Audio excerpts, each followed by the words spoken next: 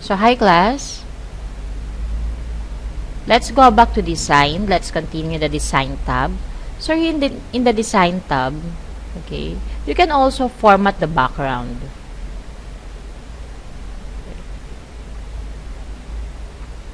Click it. You can choose solid color. Choose color here. Anong kulay yung gusto mo? Baka gusto mo light pink. Okay. If you want a gradient fill, pwede kayo mag-explore mamaya. Ganyan ang kulay niya. You can also customize this one. Okay. The position. Pero yun nga, pag nag-explore ka, you can do this. Pero kapag actual na yan, make sure that dire-diretso na yung pag-work mo, paggawa mo ng PowerPoint presentation. Kasi ang hirap naman kung gagawa ka ng presentation, 5 slides, tas inabot ka ng 5 oras. Kasi sa kakapili mo, kaka-choose mo ng background color, kaka-select mo ng design, okay? Hindi na productive yung ganon. Okay, picture or texture fill, yan. You can also choose or you can also add a file. For example, this one. Insert. Okay. Diba? Ang background mo na, yung picture na yon.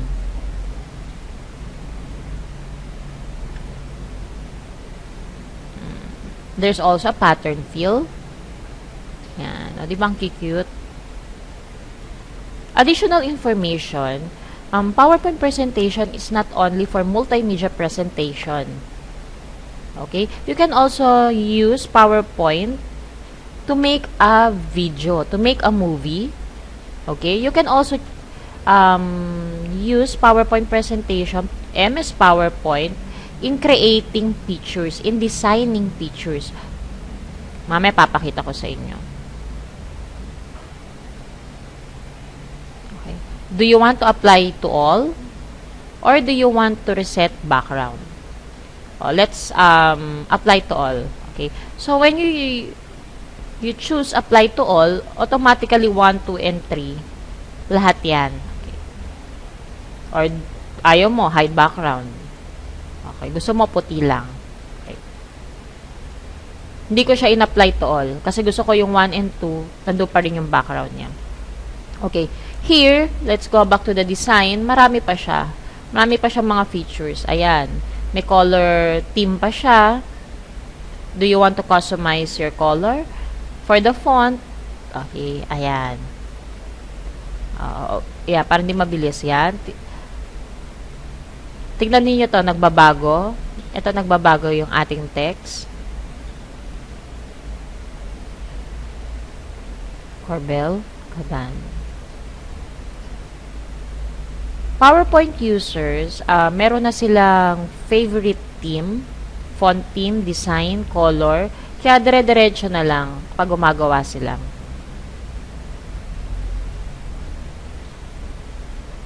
Okay? Arial Black. Okay. I hope you are satisfied in the design tab. Afterwards, you may explore it further. So, for here, let's add a picture again. Insert. Ayan. Here, let's gilid natin sila. Okay. Let's add another slide. Here in this slides, transition. Okay. What I'm doing, I am copying slide 3. Okay, right-click, copy. Right-click, paste. Or Control-C for copy, shortcut key. Control-V is the shortcut key of paste. Okay. Here, I'm going to insert transitions. Transitions is used, okay, for the in-between of the slides. Ito yung mag-a-appear na animation effects bago ka pumunta sa susunod na slide. So, let's put, lahat na lang pala lalagyan natin. Cut, ganyan na itsura niya. Here, push. Okay. Random bars. Here, I'm going to use shapes. So, yun ang transitions. So, there's also an effect options. Gusto mo ba diamond? Okay, ang effects. Plus, in, out. Okay. Do you want to put a sound? Okay, mamaya i-explore nyo pa rin siya. What is the duration? Gusto mo ba matagal? Mababa. Okay. On mouse click ba gusto mo? Or naka-timer siya? Okay. Ginagawa ito, for example, there's a presentation, or there's a debut, wherein hindi ka na dapat nagkiklik pa ng mouse. Kasi hindi naman dapat nandun ka, nakaabang ka lang sa computer, di ba? Click ka lang ng click para pumunta sa susunod na slide, wherein nandun yung mga features nung magde-debut or nung debutante. Okay? What you need is, click mo yung after 1 seconds, okay? 2 seconds, or 3 seconds. So, 1, 2, 3, it will go to the next slide. Okay.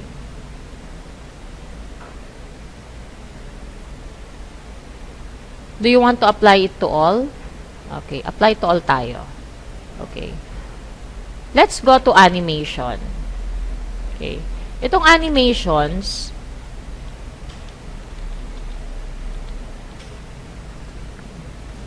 first, for it to be enabled, kung mapapansin nyo, nasa animation tab na tayo. Pero bakit ito nakakulay gray? Ibig sabihin, hindi siya activated because you're not choosing an object. So, again, class, when I said an object, it pertains to what? Features. What else? Shapes, clip arts, text box. Okay. So, you have to choose. First, syempre, may procedure yan. Ano yung nasa isip mo? Papasok mo na tong title na animation tab. Ito, first. And then, after nito, papasok ito, entrance, ito. And then, mag-e-entrance din ito. Okay. So, there's 4 animation effects. First, there's an entrance. Kulay green yan, class. Ayan, kulay green. And then, there is, ang tawag dito sa yellow na ito ay,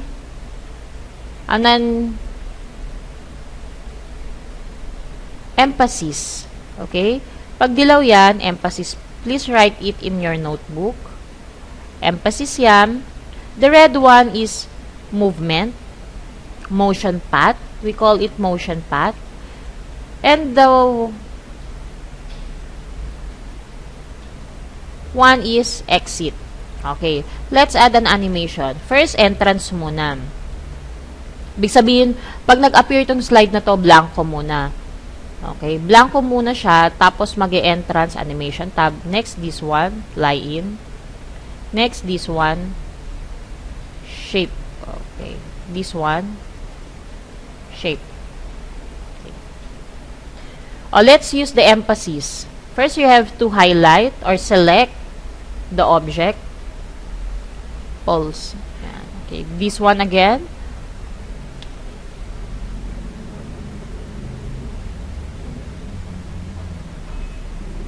Grow and shrink. Yan.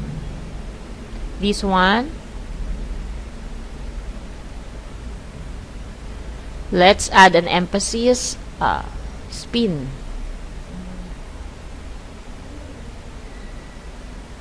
After that, let's add as exit. Ang exit niya ay float out. Okay. Float out. Okay. For this one, ang exit niya, aalis siya, bounce. Aalis siya dun sa slide. Okay. For this one, di ko na siya lalagyan ng exit, but I will put a motion path. Ang motion path niya ay favorite ko yung custom path or yung nandiyan, draw motion path sa computer ninyo. So, I want to put this one, this, hanggang doon. Okay. Okay. Ibig sabihin, susundan niya yung path na ginawa ko. Or, you can put a delay. Pwede kayo mag-delay, duration, okay. So, gumawa tayo ng bago. So, I want to insert a picture here. Insert tayo ng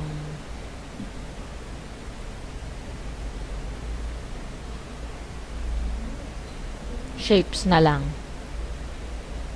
Happy face. I want yung gusto ko yung happy face magbabounce. So, you have to click it, go to animations, maglagay ka muna ng entrance. Okay. Tapos, lagyan mo siya ng motion path.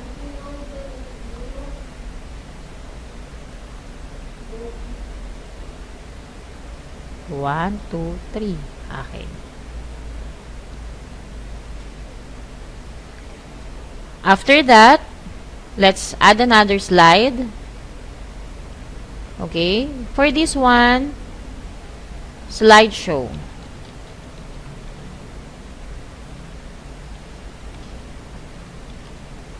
So, slideshow, ang laman yan, from the beginning, F5, from the current slide, Shift F5,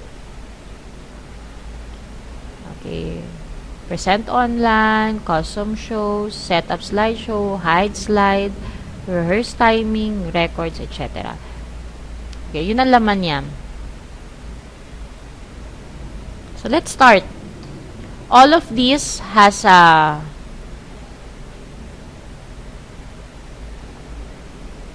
transition, pero hindi lahat sila may animation. Okay. For you to appreciate it more, para ma-appreciate nyo yung animation, isa-isayin natin. So, this one, wala siyang animation. Pansinin nyo kasi naka-darken. Ayan. Okay. Ito.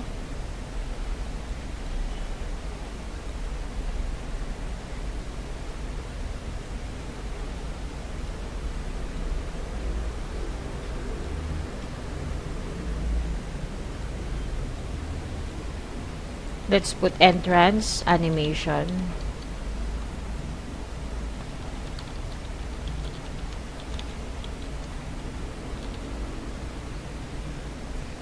Here, let's add a picture.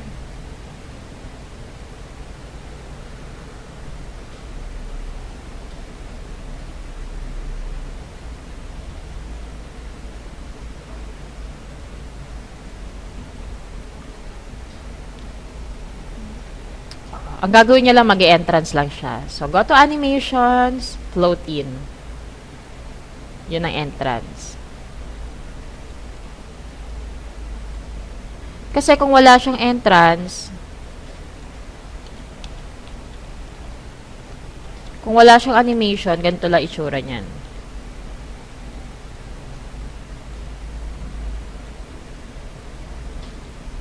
Tanggalin mo lang siya. Paano mag-delete ng animation? Click mo, delete. Press delete on the keyboard.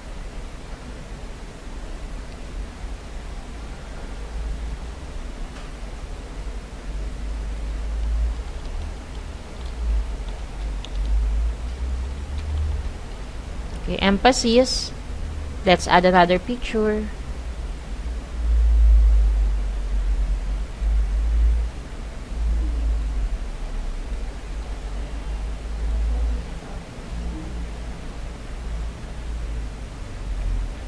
Click the object, go to animations.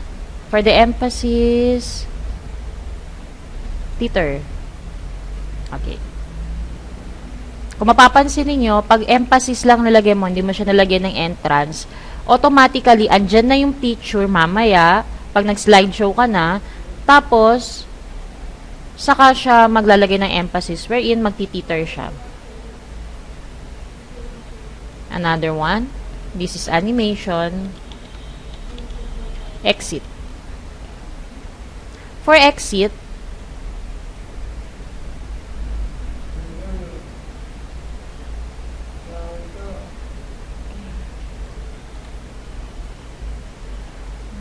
aalis to. Mawawala siya sa slide. Okay? Go to animation, wala itong entrance, wala siyang emphasis. So, automatically, dahil wala siyang entrance, andyan na agad yung picture, and then, aalis siya. Kasi ang ilalagay mo ay exit, fly out. Okay. Another one. Let's add a new slide. For this one, this is an animation. Motion path. Let's add a picture. Part 1, insert.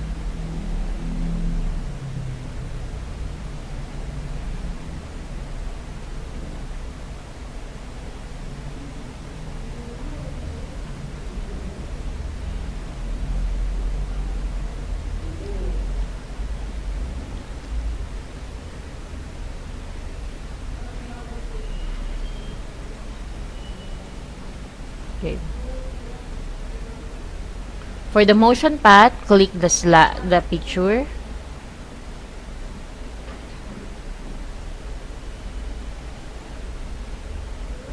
Turns. Okay. That's the motion path. So, wala pa rin siyang entrance yan. For this one,